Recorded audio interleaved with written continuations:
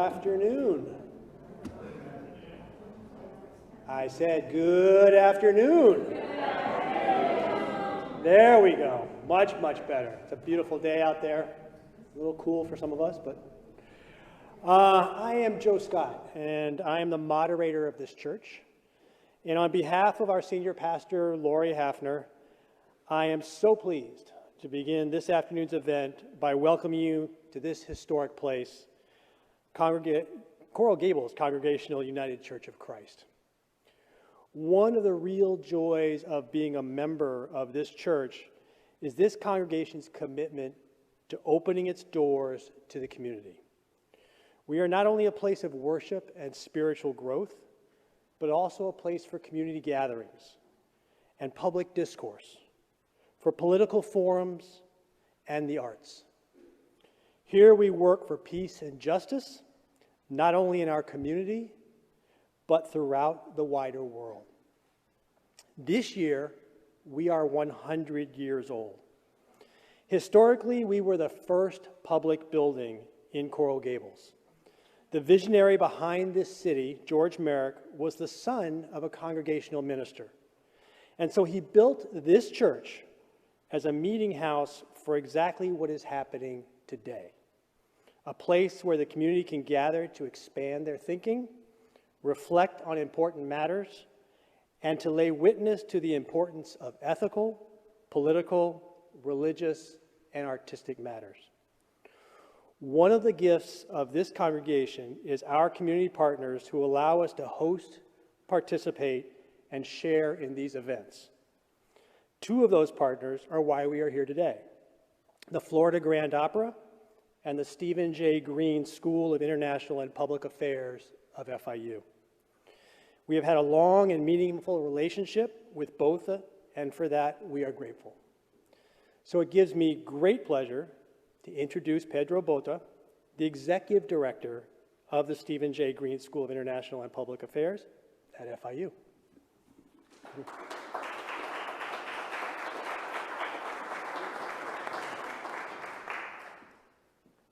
Thank you, Dr. Scott. It is my pleasure to welcome all of you to this very special event and share a few words on behalf of the Stephen J. Green School of International Public Affairs and our Dean, Dr. Shlomi Dinar. The Green School has been collaborating with the Florida Grand Opera since 2015 on these wonderful community conversations. And in 2017, we recruited Coral Gables Congregational United Church of Christ to join us as a co-sponsor as we explore so many compelling themes that characterize the human condition. The Green School is so grateful to our partners for the opportunity to present this type of programming to our students and the community. I'm also very grateful to Dr. Ofelia Riqueses. She is the Associate Director of the Green School's Václav Havel Program for Human Rights and Democracy, and she did most of the heavy lifting pulling this event together. And a heartfelt thank you to my colleagues and friends, Dr. Susanne Zwingel and Dr. Victor Uribe. Both are senior faculty in the Green School, and they will share their expertise and reflections in today's program. While Ruggero Leoncavallo's powerful opera, I Pagliacci, dates back 130 years, its themes and storylines resonate just as strongly today. I Pagliacci was very much ahead of its time in its portrayal of sexual and gender-based violence. Almost a century and a half has passed since the 1892 premiere of the opera in Milan. But sadly, our world is still plagued by pernicious violence against women and girls. When the Florida Grand Opera gave me three choices to pick from for this community conversation, I did not hesitate at all to choose I Pagliacci. The opera resonated with me instantly because last March, the Green School presented a two-day conference entitled Defending Humanity, Transnational Feminist Responses to Violence and Devaluation. Spearheaded by Dr. Zwingel and our Department of Politics and International Relations, the conference featured scholars and activists working on feminist movements across the globe with the aim of articulating gender-sensitive visions of justice, inclusion, and care. Today's program, I think, is a fitting bookend to that conference. So thank you for joining us today. I look forward as much as you do to what's in store, and we look forward to seeing you at our other events here at the church, on campus, and at other venues across Miami. Follow us on social media to find out what's happening next. And now it is my pleasure to introduce Matt Cooksey. Matt is the Director of Artistic Operations at the Florida Grand Opera. Matt. Mm-hmm.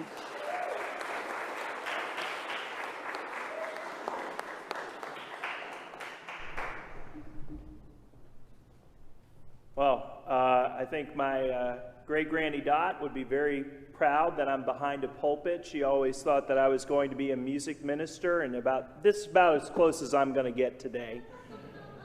It is my pleasure to present a perspective about Pagliacci from a musical point of view, but also a historical point of view from what the world looked like as Pedro mentioned, the opera premiered in 1892.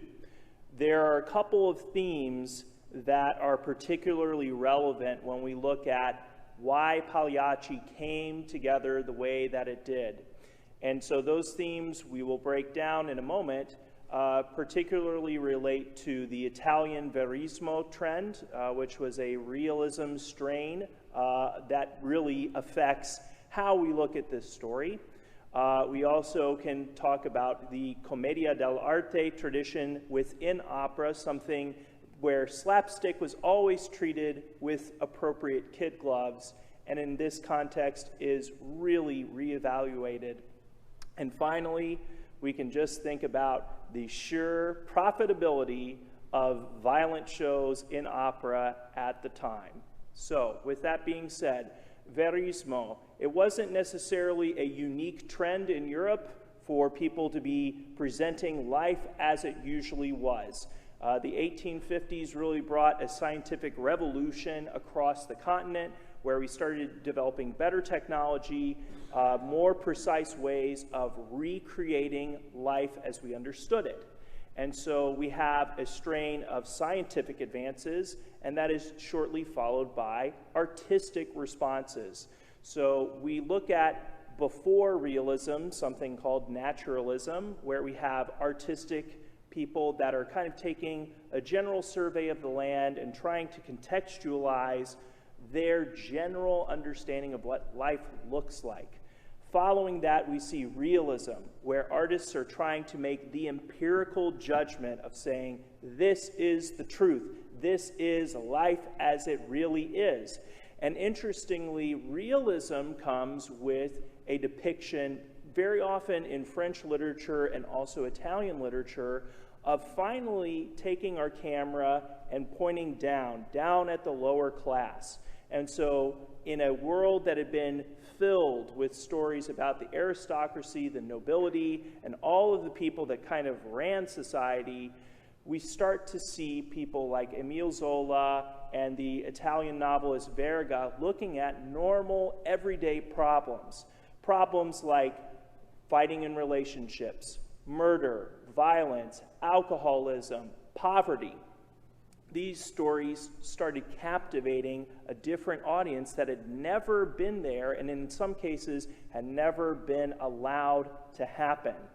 And so as this tradition grows from the literary tradition, it comes very soon to opera. There is a kind of watershed opera that was first written in 1888, but it wouldn't have its premiere until 1890. That is an opera by Pietro Mascagni. It's called Cavalleria Rusticana, and it is centered in an Italian village where we have this affair that's going on, and it really explodes in a dramatic Easter weekend drama where there is basically a duel to the death and a climactic, tragic ending. That opera came out in 1890, and we'll talk about Leoncavallo's response to that. But first, I mentioned that commedia dell'arte was another important influence for something in Pagliacci. Pagliacci in Italian translates to clowns. I Pagliacci, the clowns. And so you'll find as we talk about the plot, as I introduce these pieces, that the main characters in this opera are a traveling troupe of clowns, and they're presenting the same kind of scenari or scenarios all over the Italian countryside.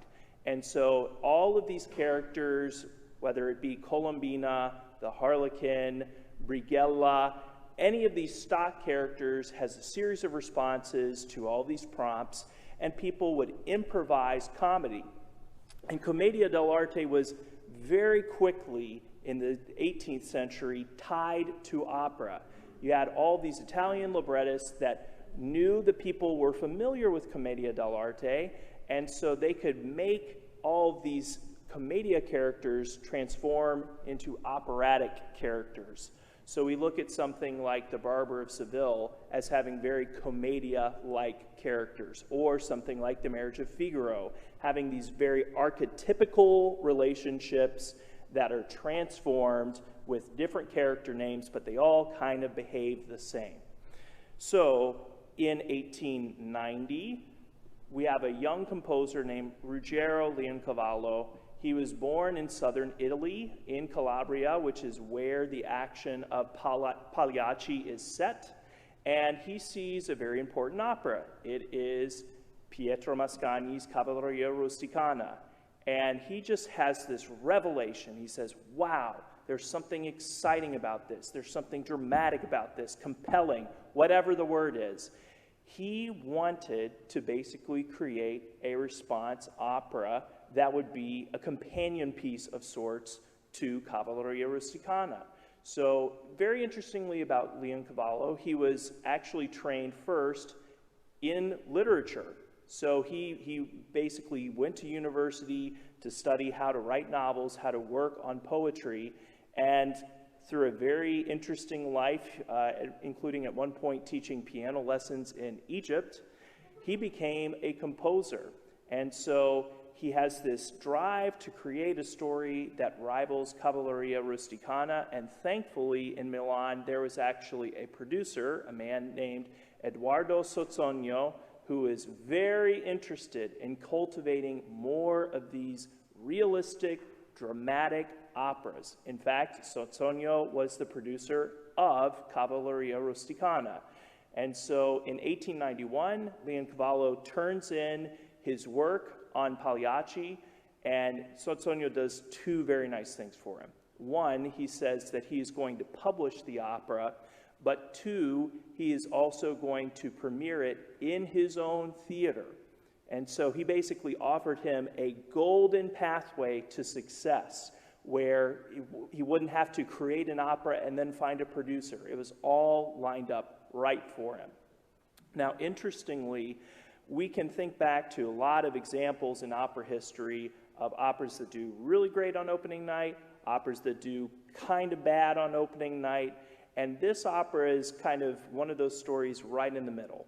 The cast was a lot of really good working artists, people that had sung early pieces by Puccini, some by Mascagni, maybe even a few late Verdi pieces.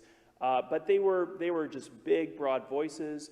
The conductor of the piece was a very famous conductor, Arturo Toscanini, who's a very young man himself, and the reception was mixed. However, the audiences really found something in the drama very compelling, and as we'll talk about later, there are some firework moments in a story that's really just all about clowns. And soon after, Pagliacci and Cavalleria Rusticana became companion pieces. Very often, they're performed together, with Cavalleria being in the first act and Pagliacci being in the second. We made a choice to present Pagliacci on its own.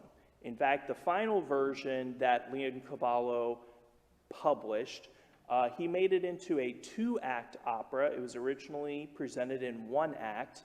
And in fact, the next musical number that you're going to hear was not even part of the original opera. The prologue was an addition to that first performance because he just felt that there was something else missing. There was something that needed to be included. So he included this prologue in addition to the the interlude, yes, at the beginning of Act 2. With that said, the prologue that you're about to hear performed by Joseph Canuto Leon is a very interesting one. It sets the tone for the opera better than the actual opening number is. The first line, si può, signore, signore. He's basically saying, can I start, ladies and gentlemen? And he tells the audience that he's a performer. He's an actor playing a role. And that the story that you're about to see is real life. It is people that have their blood, sweat, and tears laid out before your very eyes. And so Leoncavallo, as the librettist and the composer of this opera, is telling the audience, what you're going to see is something that you've never seen before. You've never seen anything quite like it. And the music is heartfelt. It really grabs the senses. I can't hype it up more. This is the prologue from the beginning of I Pagliacci.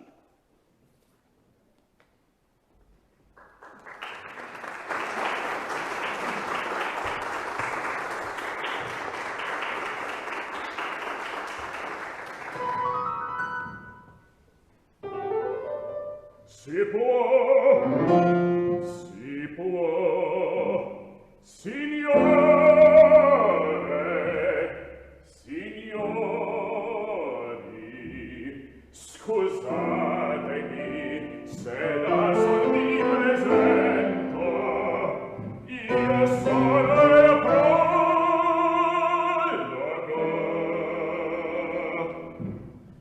poiché in scena ancora le antiche maschere mette l'autore, in parte vuol riprendere le vecchie usanze e a voi di nuovo inviami.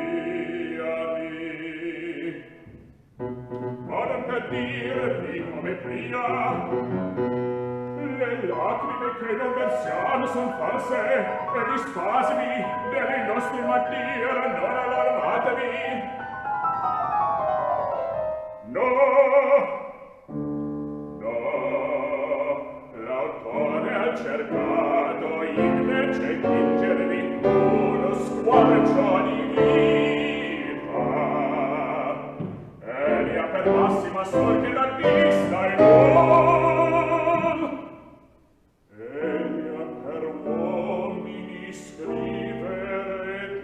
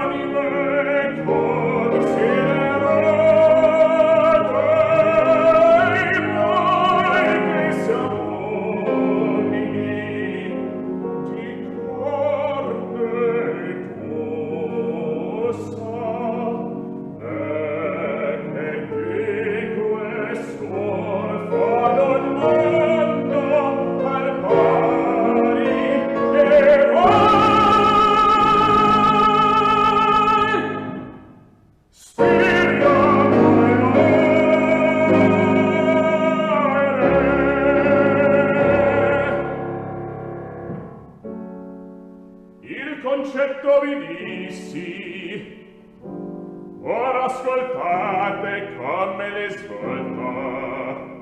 Andiamo, incominciate!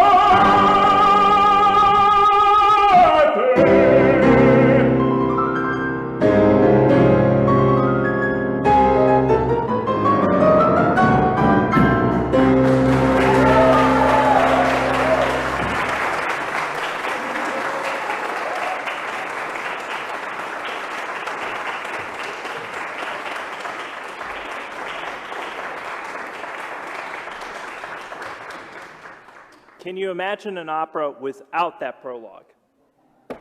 He made the right choice. So before we get into the more meaty part of our discussion here, I would just want to cover a little bit more of the plot, because you may be thinking to yourself, okay, we have a story about clowns. Why is our discussion about domestic violence?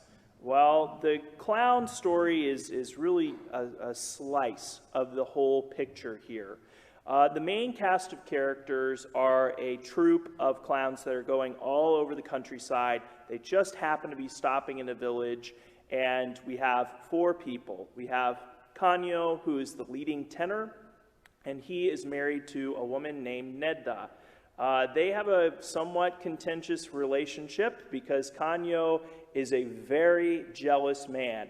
There's a villager very early on in the opera that makes kind of a suggestion, kind of a joke, to say, watch out for Nedda, she's going out with some other man, and Canio cannot take that joke, even as a clown, lying down, and he's instantly angered.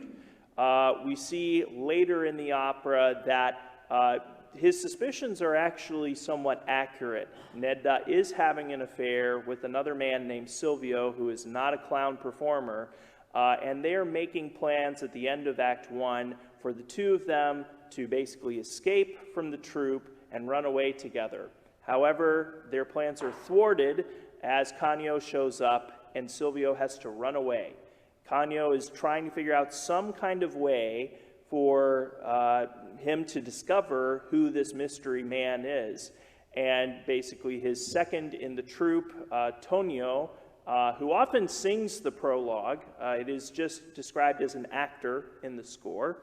But Tonio says, don't worry, you know, at the performance tonight, I'm sure the man who's having this affair will reveal himself.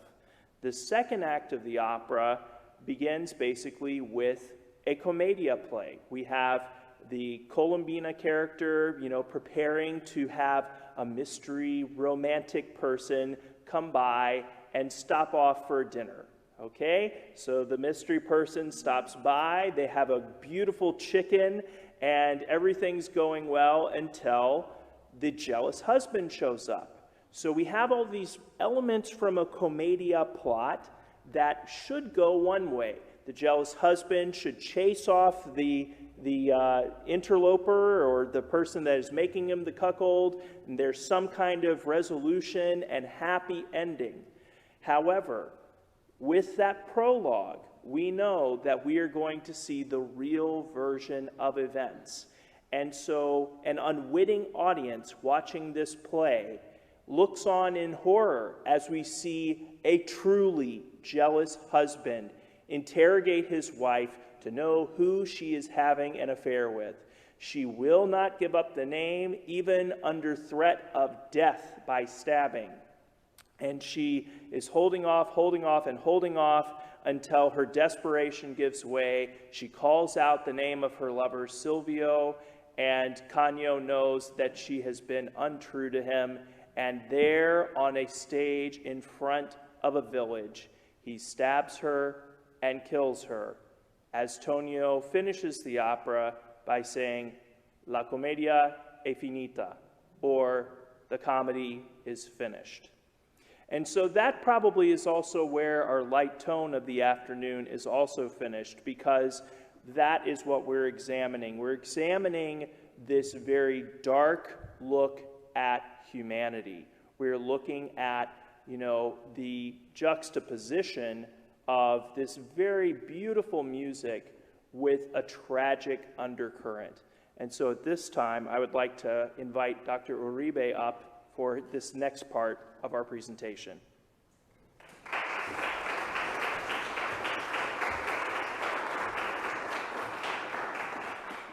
Thank you very much. Good afternoon, everyone. I thank the organizers for putting this nice event together, and I thank Professor Susanne Zwingel, my colleague, for having invited me to join her at this event.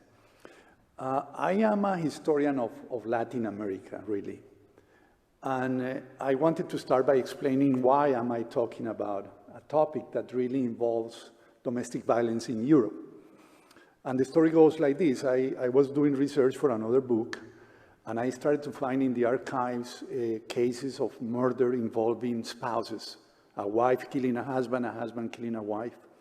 And I decided to start piling them up for a future article.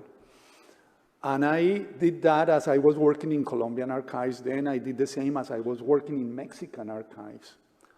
And eventually I went to Spain to look for more cases having to do with Latin America, but I never found any cases in Spain and decided to gather Spanish cases. So I ended up putting together a book based upon 200 incidents that involved Mexico, Colombia, and Spain. I became then a sort of historian of Europe. The book dealt with the period 1750-1820, and eventually led me to prepare a class that deals with the global history of murder, which is an important topic for historians these days. And that class has a component on domestic violence, domestic murders included. So I became more and more versed and interested in Europe, in European history, in European cases. And I started to read the literature, and there is a vast literature on murder in Europe these days. And that literature has come up with a number of important findings, and I would like to share some of them with you. The first finding that historians of murder have come up with is that murders have declined over time.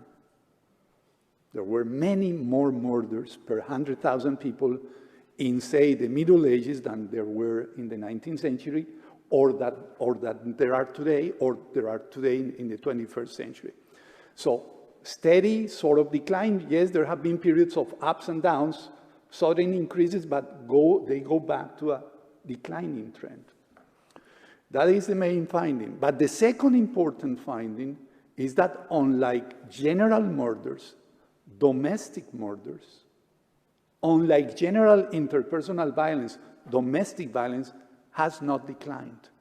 It has tended to actually increase at least slightly. So there is an upward trend in the case of domestic violence and domestic murders. That to me was an intriguing finding, and I shared this with my students and discussed the reasons why. Second important series of patterns historians and sociologists and criminologists, because this is a field that is studied by different academics, have found is that most murders, domestic and otherwise, are committed by men. The majority of killers are men. Yes, there are a few women who also kill, and there are interesting findings on that, but overall, men are the bulk of the killers. And another important finding about the reason men commit these murders is that they act in a patriarchal culture, in a patriarchal milieu, meaning a culture, a milieu where they are considered to be socially, economically, politically superior to women. And they act with the conviction that they are indeed superior to women in all regards. And this is actually something that combines with the finding that many of the murders involving a husband killing a wife occurred in the context of legitimate punishment being administered by a husband. That is, there was the sense that husbands had the legitimate authority to punish, quote unquote, moderately their wives. And sometimes moderation ended up resulting in murder, because there was no clear definition of moderation. So a second important finding is that many of these murders occurred, again, in the context of disciplining one's wife, because men are supposed to discipline wives. Another important finding has to do with the fact that men act in defense of their honor. Honor is a central category to many of these murders. The idea that one's honor has been blemished somehow by a misbehavior of a wife is part of what is behind many of these murders. Something that is also common in many of these incidents is that murders are the result of extramarital affairs, whether they are real or imagined. And thus, what happens in this opera is very revealing of what goes on in ordinary life. The sense of betrayal, the sense of actually honor being blemished is behind the murder of wives. And another circumstance involving couples, not necessarily married couples, but couples in general, is that another circumstance giving origin to murder is the ending of courtship. If someone decides to finish a relationship with someone she is involved with intimately, that person tends to strike back and react aggressively, and many times aggression ends up resulting in murder. And then I want to refer to the opera itself and the events of the opera. Mark Cooksey already summarized in a very nice way for us what happens in the opera. And I want to address to what extent is it truthful that what occurred in this opera actually occurred on a day-to-day life. As I just said, it happened all the time. And the circumstances I already explained which they were. And in the case of the opera, there is actually a further sense that the events were real, because what one learns when one reads about Ruggiero Leoncavallo's play, opera, is that it was based upon a story that he witnessed when he was a child. He was an 8-year-old child living in a little town in southern Italy, in the region of Calabria, the town of Montalto Ufugo. That is where he was growing up at the time. His father was stationed in this town as a judge. And his father had to try a case. And the case involved the killing of actually a family servant, a guy by the name of Gaetano Scabella. Gaetano Scabella was murdered by two brothers, the Alessandri brothers, Luigi and Giuseppe. Giuseppe and Luigi killed Gaetano because Gaetano was involved with a woman that one of the brothers was courting. Luigi was involved in a love triangle with this same woman. And once, as they were exiting the theater, the Scabella, the brothers, Luigi and Giuseppe d'Alessandri, attacked Gaetano Scabella and killed him. They actually stabbed him to death in one arm and his stomach. It was common, actually, another pattern in many of the murders happening these days was that they were committed with knives. They took the form of stabbings, and that is what happened in this story. And the case, again, was tried by the father, Vincenzo, the father of Leoncavallo, the composer. The guy who was killed actually was a caretaker for Leoncavallo and his brother Leone when they were little. Interestingly enough, Leoncavallo was accused of plagiarism. Plagiarism was already a popular topic those days. It's not only a contemporary topic that we talk about all the time, but it was a topic at the time. He was accused of having copied a play by a French playwright, a guy by the name of Catulle Mende. Catulle Mende had composed a play titled La Fin du Tabarin. La Fin du Tabarin was the story of a murder that occurred in the play and that was committed by an actor as he was acting and as he struck back against a woman that was his partner and that he was jealous about. When Leoncavallo was accused and actually eventually sued for plagiarism, his defense consisted of demonstrating that the story of La Fin du Tabarin was not original after all, that it actually had been a copy of many other stories. There were many Tabarin stories all the way dating back to the 17th century. And in many of these stories, the plot was kind of similar. There was somehow an actor striking against the lover of his wife or his partner. And again, eventually, the suit was withdrawn. But there was another accusation of Leoncavallo copying a play by a Spanish author.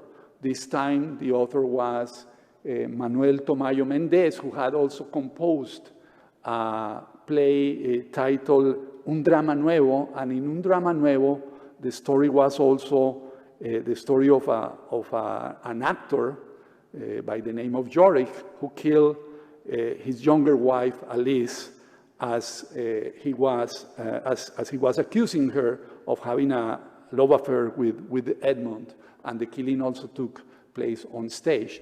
So what you see here is a pattern of plays, and in this case an opera, that contain a narrative that was not far from reality. It was actually, if anything, it was an imitation of reality. So as Mark Cooksey put it, verissimo, realist plays, realist operas, realist literature were about capturing in art what was happening in daily life.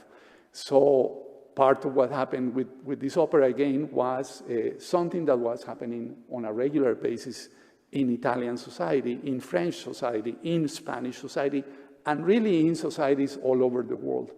And unfortunately, it was just not something that was happening at the time. It's something that continues to happen today in a very intense and repetitive way.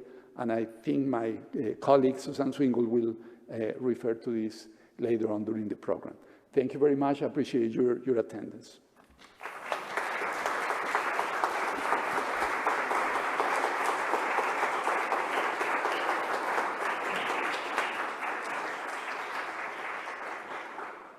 So our next excerpt comes from Act 1. We have spoken about the main cast of characters, but this is the aria sung by Nedda, the wife of Canio. And Nedda has just come out of a kind of climactic series of accusations and interrogation from her husband, and he storms off after kissing her in a way that it has this undercurrent of anger and resentment. And she tries to collect her thoughts. She tries to find some moment of calm. And she recalls this song that her mother taught her. And it's a bird song where she's able to transcend the life that's around her and try and find a perspective that is greater than herself, that is above the world. And so this is the aria Stridono lassù, sung by one of our studio artists, Haley Lipke, and accompanied by pianist Dr. Jared Perun.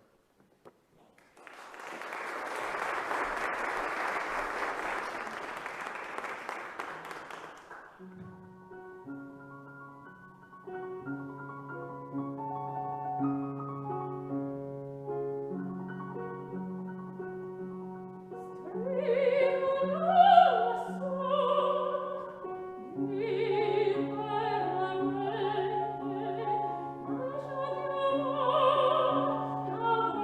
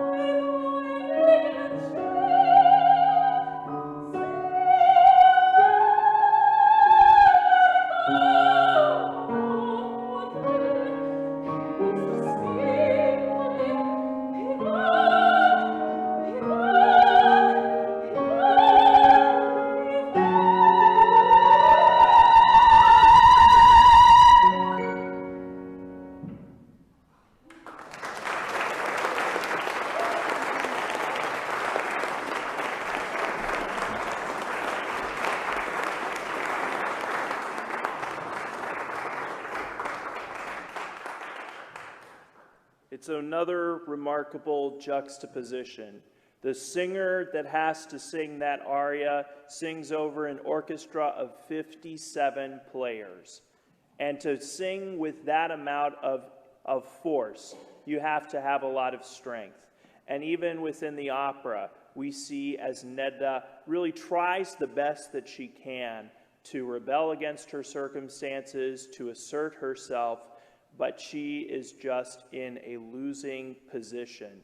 Even moments before Canio kills her at the end of the opera, he shames her for basically saying that he took her off the streets, he gave her a job, she owed him her fidelity, and she couldn't even do that. We have somebody that is commodified, that is boxed into this role as a wife, and I think that Dr. Zwingel's presentation will fit in quite well for ultimately the victim of this opera in Nedda.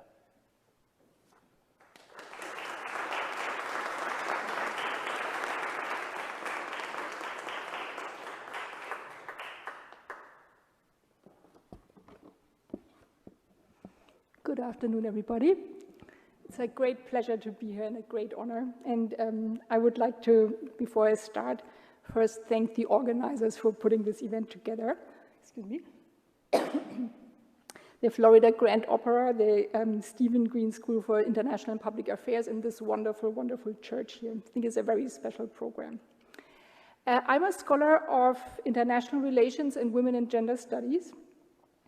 And it's really a great honor to be here with you, experiencing this wonderful, wonderful music. It goes deep into my heart, and combining that with being able to share some of my work and some of my knowledge. And I do want to especially thank Pedro Botta and Ofelia Riqueses to make the connection between the opera and the conference that we had in March. I think I feel very valued, and thank you very much for that. According to the program for today's event, Pagliacci represents popular operatic themes such as celebration of love and pain of betrayal. This description sounds very general, but it's actually written from the perspective of Canio, not from that of Nedda, his wife. She has made the decision to take a lover and enjoy herself, but that decision cost her her life, because her husband, when he finds out, is so hurt that he finds it justified to kill her. Perhaps we want to think this is a dramatized single case to create a powerful story, but the story fits into a general pattern, and my colleague Dr. Uribe already pointed that out, the theme of a pattern, right? And that pattern is that female transgression justifies male violence. In the opera, Nedda transgresses because she cheats on her husband. For that, she's punished as a woman, and the crime committed against her by her man, while considered tragic, is framed as a crime of passion. The pattern of gender-based violence is even broader than that. Women and girls don't have to transgress. They experience violence simply because of their gender and because of the position society assigns them. Based on my research on gender relations across the globe, I regret to say that this is true throughout history and different cultures. There are, of course, differences in how this violence plays out, but we see a global structure of gender-based violence that is carried out in the family, the community, in the state, and also by corporate actors. What is the root of this violence? A persistent cultural tradition of devaluing women. This is where the title comes in, Violence and Devaluation. You can call this patriarchy or androcentrism. The point is that women are not considered as fully human as men, that their social space is much more restricted and controlled, and violence is one tool to keep women in that restricted space. Denying women their full humanity is ingrained in our customs, laws, and institutions. For example, marriage was long understood in a way that domestic violence and marital rape were part of the package. Only recently have such acts been recognized as criminal, and not in all parts of the world. My academic discipline, international relations, deals with a lot of large-scale violence, warfare, war crimes, abusive governments. But for a very long time, gender-based violence was not considered an international concern or a global concern. Thankfully, this has changed, but it was not very long ago. Starting in the 1970s, women's organizations from all over the world have come together and raised awareness about the inferior status of women. They met at several world conferences organized by the United Nations and formulated demands to improve the lives of the world's women. These demands included access to political decision-making, eradication of poverty, and we know that poverty affects women much more than men, access to water, food, housing, gainful employment, education, healthcare, including comprehensive reproductive healthcare, and many other things. These women's groups also raised alarms about gender-based violence. The 1993 Vienna World Conference on Human Rights was a turning point in respect to violence against women. At this conference, tribunals were organized in which women publicly testified about their experiences of violence. And to give you just a taste of some of those testimonies, a woman living in Buffalo, New York, spoke about being constantly and severely beaten by her husband, who was a police officer. His violence caused her to miscarry. At one point, members of his police department joined him in beating her. A woman from Lahore, India, testified about the abuse in the house of her in-laws and surviving a burning attack by her husband. A woman from Uganda had similar experiences. Neither of these women had access to legal recourse. A Costa Rican and a US-American survivor of incest talked about this often overlooked form of domestic violence. A South Korean survivor talked about sexual slavery she was forced into by the Japanese army during World War II. Women from Palestine, Somalia, Peru, Russia, Croatia, Serbia, and Bosnia and Herzegovina talked about violence against women in conflict situations, including sexual violence as a weapon of warfare. These testimonies and the Vienna Conference shed light on the pervasiveness of violence against women and showed that all of these diverse forms of violence hang together and indeed build a pattern. Also in 1993, the UN General Assembly adopted a declaration on the elimination of violence against women that named, recognized, and actively addressed violence against women as a global pattern. It defines violence against women as any act of gender-based violence that results in, or is likely to result in, physical, sexual, or psychological harm or suffering to women, including threats of such acts, coercion or arbitrary deprivation of liberty, whether occurring in public or private life. The inclusion of "and private" in this definition is extremely important, as women experience most violence, including deadly violence, in intimate relationships and in their homes. In the words of the World Health Organization, intimate partner violence is the most widespread form of violence against women globally. And that's a quote from 2021, so unfortunately not very historical at all. It's a pattern that persists until today. Since the early 1990s, violence against women has become much better understood. We can see this in declarations, plans of action, data collection, very important, and research on causes and consequences of violence against women. Many countries have adopted legislation defining and criminalizing gender-based violence, opened and funded safe houses for survivors, and worked on preventing and rehabilitation programs for perpetrators. You may recall that the United States, our country here, had adopted its first Violence Against Women Act in 1994, so again, around this time in the early 1990s. Also, it's now recognized that gender-based violence does not only affect women, but anybody who becomes a target of violence because of their gender. In this context, the extreme vulnerability of non-binary and trans people has become painfully clear. As of today, we are in a situation where we much better understand gender-based violence and its causes and consequences, which is a huge step forward from normalizing such violence and making it invisible. We also have better words, better terms. What happens to Nedda in the opera today would not be a crime of passion, but we would call it a femicide. I think that's more to the point.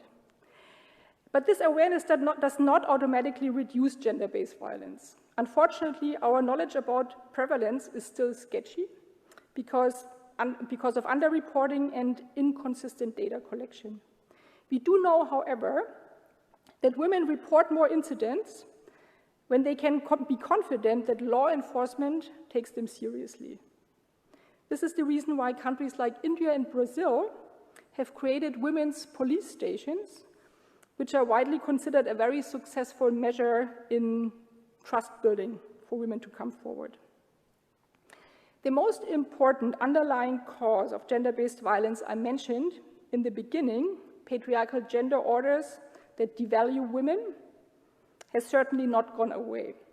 As a matter of fact, after several decades of general support for gender equality standards, we see now rising opposition to these standards. I find this very disturbing and would argue that the most promising force against this tendency is the important work of social justice movements, in particular women's movements, as well as state institutions promoting and protecting gender equality. There are, of course, other factors that contribute to gender-based violence, such as economic precarity, social isolation, experiences of other forms of discriminations, and many others. All of these factors make societies more unequal and more unfair. Inequalities always fuel violence, and in more violent societies, gender-based violence will also increase.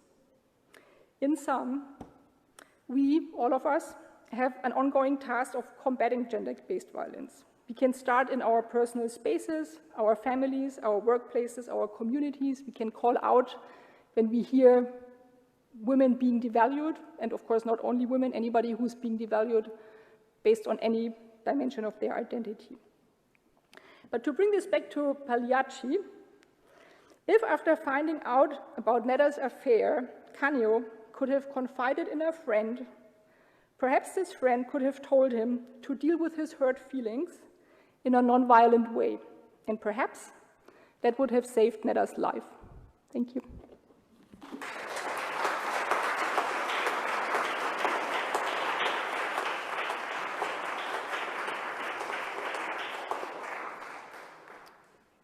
Our final musical excerpt comes moments after Stridono lassù. Nedda is kind of working on a couple of, cleanup tasks right before the show is going to take place later that night, and Tonio happens by. And we discover very early on in the scene that Tonio has this secret flame for Nedda, a passion that he is wishing to reveal. And that, in a certain sense, also parallels the commedia at the end of the show, because he usually plays the character that has this romantic feeling towards Colombina. He, in the play, is playing the man that's having an affair. So in reality, in real life, he is laying all of his cards out on the table, and Nedda at first brushes it off as some kind of really sick joke. But he doubles his effort, and in a later part of the scene, tries to use force to get her to go his way.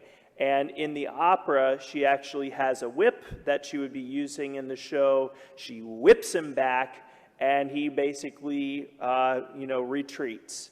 And she just, launches just a string of insults. She can't believe what a co-worker, but also maybe somebody who would have been a friend, has done to her. So this is the Nedda and Tonio duet from Act 1 of Pagliacci.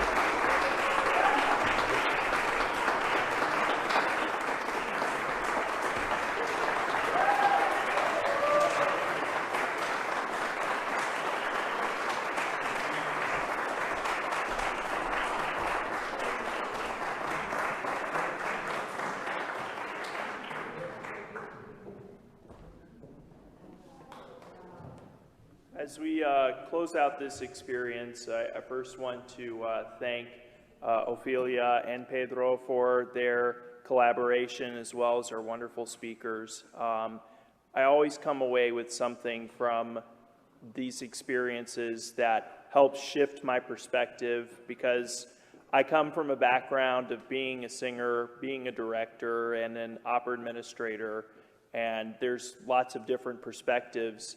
But I felt that this theme was the most appropriate way to look at Pagliacci. It isn't simply, as Dr. Zwingel said, a crime of passion story. That would be too reductive. It isn't just that. It isn't a verismo opera. It isn't a recontextualization about commedia. Ultimately, to me, the theme that is the most interesting is looking at this tragedy that befalls Nedda. And I think that as you see this production, you too will appreciate the work that our director, Jeffrey Buckman, has done with this presentation.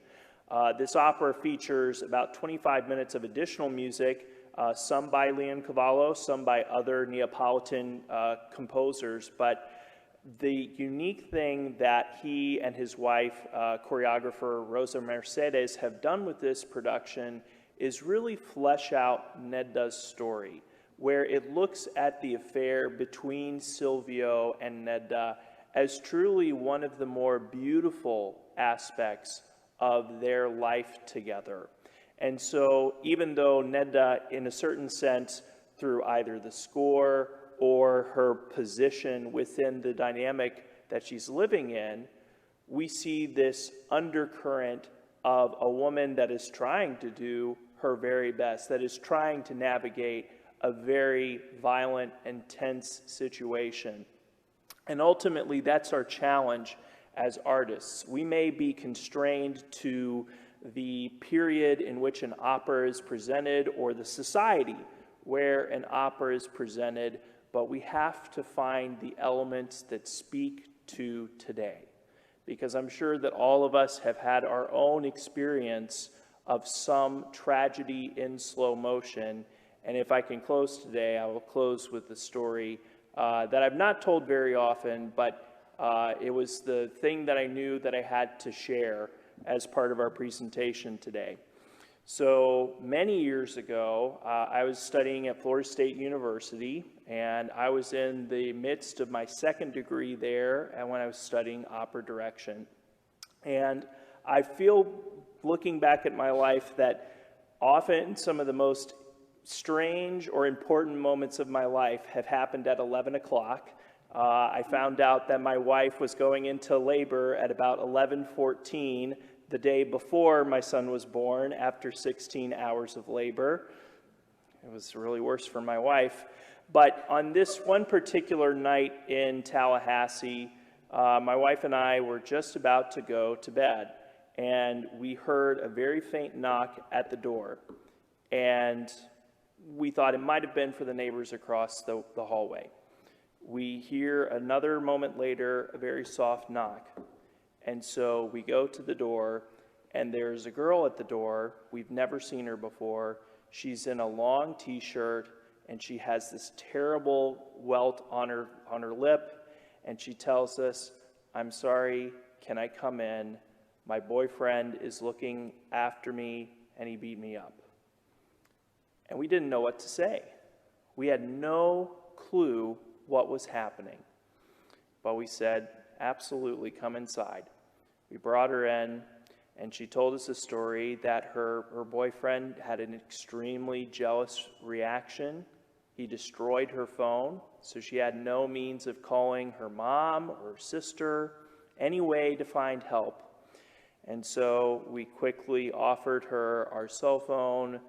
We offered her some water, even though we, mistakes in hindsight, we said, maybe you could use a drink. Thankfully, she didn't take it. But we navigated over the course of 3 more hours as family members came in. Her mother said that this boyfriend was not a good person in her life. Her sister suggested calling the police. The police came, and we all assumed that this would turn into something more significant, and she made the decision not to make a police case out of this. But I think back to her and that night, one, to say that she was also a very young girl who was navigating a very difficult situation with somebody that she was living with. And I can look back in hindsight and say that I'm happy that nothing worse happened that night, that she made a plan with her mother and her sister to move out. But I have to also recognize the fact that that story could have changed in any number of dramatic ways, even after that night, even after everything went right. And so I think that the challenge in hearing stories like Pagliacci is to think of the Neddas that are out there, to find the Canios that are overstepping, to find the people that are living in the world of the past, and try to protect the victims of today. With all that said, thank you very much for attending. I hope that you will also join us for, again, a very beautiful opera. I promise it is one of the most confusing mixture of laughter, tears, anger that you're ever going to see in an experience, but it is a life-changing opera if you have not yet seen it. And with that, I invite you to the reception next door where we can continue the conversation, but thanks again to our wonderful performers, and thank you all for joining us this afternoon. Goodbye.